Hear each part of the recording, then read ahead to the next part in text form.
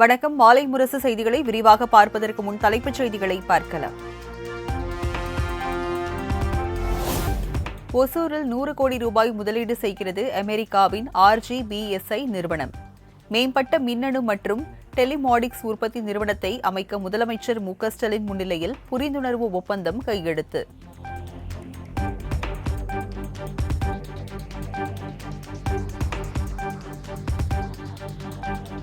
தொழில் முதலீடுகளை ஈர்க்க அமெரிக்கா சென்றிருந்த முதலமைச்சர் மு.க. ஸ்டாலின் சென்னை புறப்பட்டார்.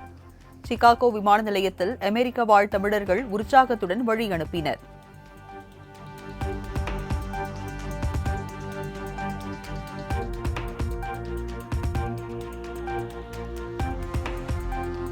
செப்டம்பர் 17 நடைபெறும் திமுகவின் பவள விழாவில் தொண்டர்கள் படையென திரள வேண்டும் என முதலமைச்சர் மு.க. ஸ்டாலின் அழைப்பு. திமுகவை உருவாக்கிய பேரறிஞர் அண்ணாவும் பாதுகாத்து வளர்த்த கலைஞரும் அழைப்பதாக தொண்டர்களுக்கு கடிதம்.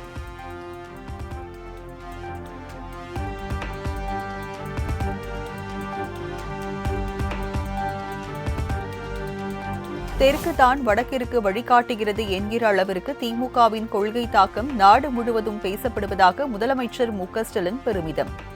திராவிட மாடல் இந்திய மாநிலங்கள் பின்பற்றும் கோட்பாடாக மாறியிருப்பதாகவும் நிகழ்ச்சி.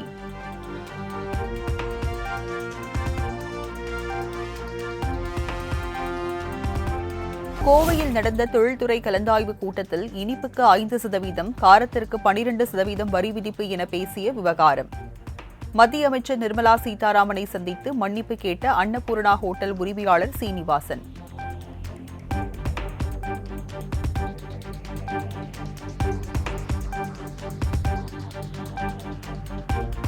திருவள்ளூர் மாவட்டத்தில் போதிய நிதி ஆதாரம் இல்லாமல் கோடிக்கணக்கில் பண பரிவர்த்தனை செய்த 4 இளைஞர்கள் கைது. பெங்களூருக்கு அழைத்து சென்று விசாரிக்கிறது அமலாக்கத்துறை.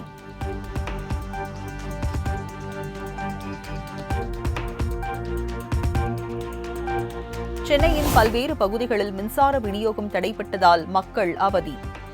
மணலி துணை மின் நிலையத்தில் ஏற்பட்ட தீ விபத்தால் மின்தடை என தகவல்.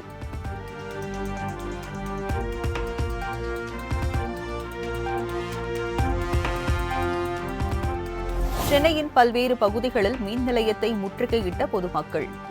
ஏன் திடீரென மின்தடை ஏற்பட்டது என அதிகாரிகளுடன் வாக்குவாதத்தில் ஈடுபட்டதால் பரபரப்பு.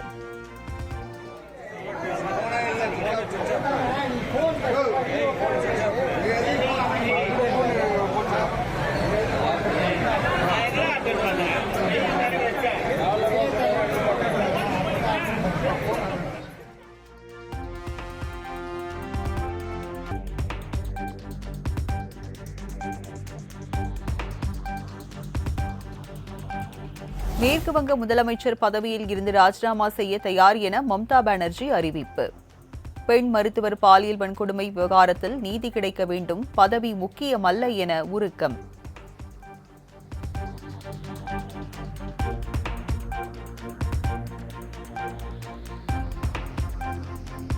கொல்கத்தா சால்ட்லேக் பகுதியில் இரவிலும் தொடர்ந்த பயிற்சி மருத்துவர்கள் போராட்டம். மருத்துவர் பாலியல் வன்கொடுமை வழக்கில் நீதி கிடைக்க வேண்டும் என முழக்கம்.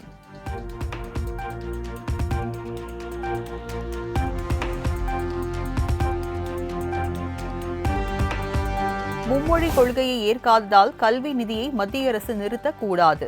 தமிழ்நாடு கல்வியில் சிறந்த மாநிலமாக திகழ்வதாக உயர்கல்வித்துறை அமைச்சர் பொன்முடி பெருமிதம்.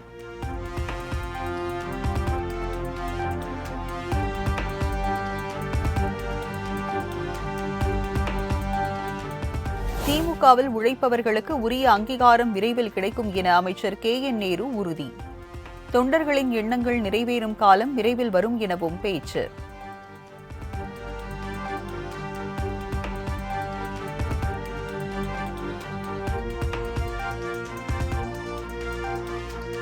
எத்தனை கட்சிகள் புதிதாக வந்தாலும் திமுகவிற்கு இணையாக உருவாக வாய்ப்பே இல்லை. திமுக செயல் வீரர்கள் கூட்டத்தில் அமைச்சர் மா. சுப்பிரமணியன் பேச்சு.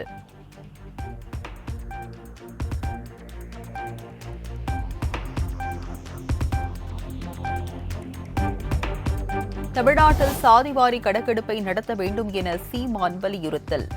அருந்ததியர் இஸ்லாமியர்களுக்கு ஒதுக்கீடு தர முடிந்தது, சாதிவாரி கணக்கெடுப்பை ஏன் நடத்த முடியவில்லை எனவும் கேள்வி.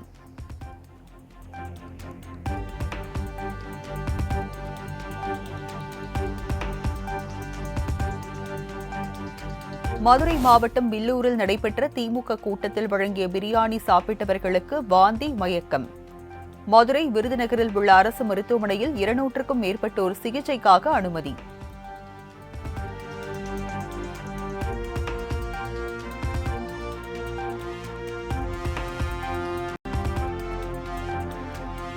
குன்றக்குடி சண்முகநாதர் கோயில் யானை சுப்புலட்சுமி உயிரிழப்பு. தீக்காயம் ஏற்பட்டு சிகிச்சை பெற்று வந்த நிலையில் பலியானதால் பக்தர்கள் சோகம்.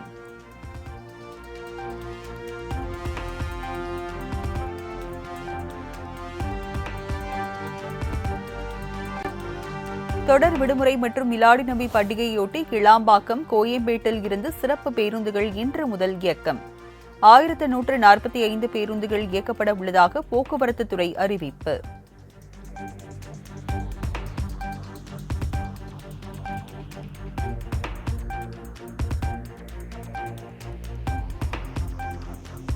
அடுத்த ஆண்டு ஜனவரி மாதம் முதல் மக்களின் பயன்பாட்டுக்கு வருகிறது கிளாம்பாக்கம் ரயில் நிலையம். கட்டுமான பணிகள் மிக தீவிரமாக நடைபெற்று வருவதாக தெற்கு ரயில்வே தகவல்.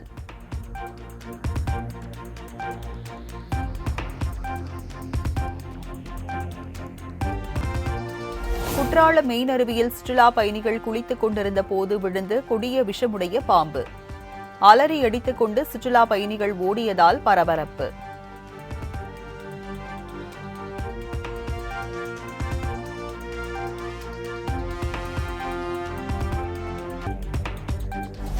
கோபிச்செட்டிப்பாளையம் அருகே நம்பியூரில் மதுபோதையில் பழக்கடையில் புகுந்து அட்டூழியத்தில் ஈடுபட்ட திமுக நிர்வாகி. தொழில் போட்டியில் வாழைத்தார்களை சேதப்படுத்தி கடை ஊழியரை தாக்கிய சிசிடிவி காட்சி வெளியாகி பரபரப்பு.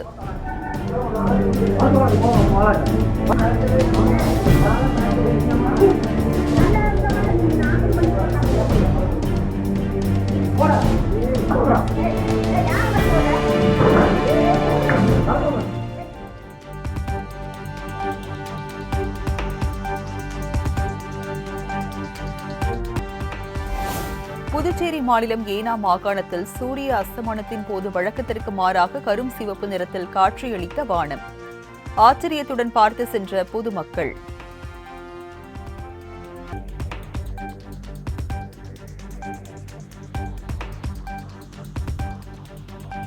தஞ்சாவூர் மாவட்டம் திருவையாறு ஐயாரப்பர் கோவிலில் விமர்சையாக நடைபெற்ற தெப்பத் திருவிழா.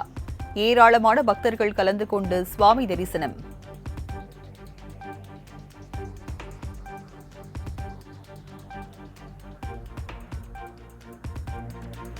சங்கரன்கோவில் அருகே கரிம்பலந்தநல்லூர் பால்வண்ணநாத சுவாமி கோவிலில் நடந்த ஆவணி தவசு விழா. ஏராளமான பக்தர்கள் கலந்து கொண்டு வழிபாடு.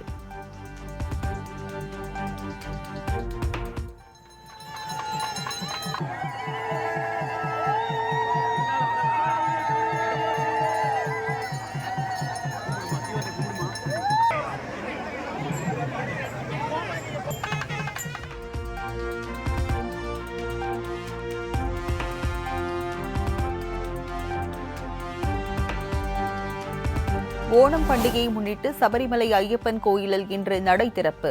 ஆன்லைன் மூலம் முன்பதிவு செய்த பக்தர்கள் மட்டுமே தரிசனத்திற்கு அனுமதிக்கப்படுவார்கள் என்று தேவசம் போர்டு தகவல். தமிழ்நாட்டிற்கு உரிய காவிரி நீரை திறந்துவிட வேண்டும். கர்நாடகாவுக்கு காவிரி ஒழுங்காற்று குழு வலியுறுத்தல்.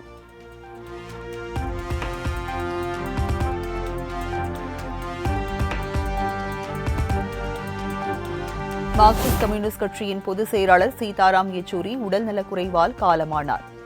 குடியரசுத் தலைவர் திரௌபதி முர்மு, பிரதமர் மோடி, ராகுல் காந்தி, முதலமைச்சர் மு.க.ஸ்டாலின், எடப்பாடி பழனிசாமி உள்ளிட்ட தலைவர்கள் இரங்கல்.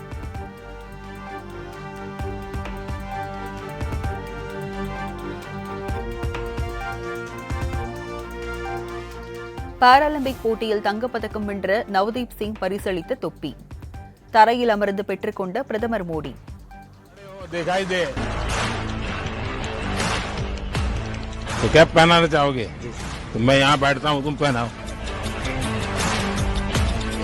तुम मुझसे बड़े हो, दिखाई दे.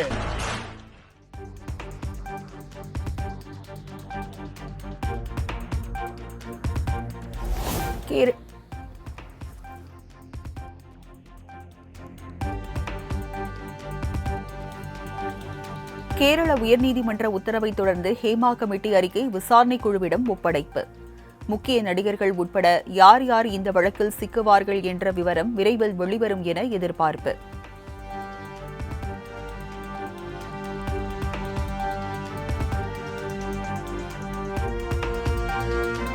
மதுபான கொள்கை முறைகேடு வழக்கில் முதலமைச்சர் அரவிந்த் கெஜ்ரிவாலுக்கு ஜாமீன் கிடைக்குமா? டெல்லி உயர்நீதிமன்ற தீர்ப்பை எதிர்த்த வழக்கில் இன்று தீர்ப்பளிக்கிறது உச்சநீதிமன்றம்.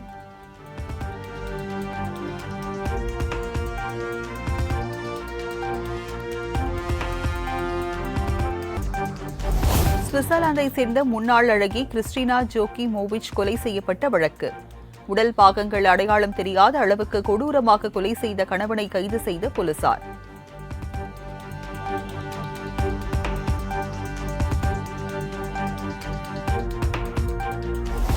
வங்கதேச முன்னாள் பிரதமர் கலிதா ஜியா மருத்துவமனையில் அனுமதி.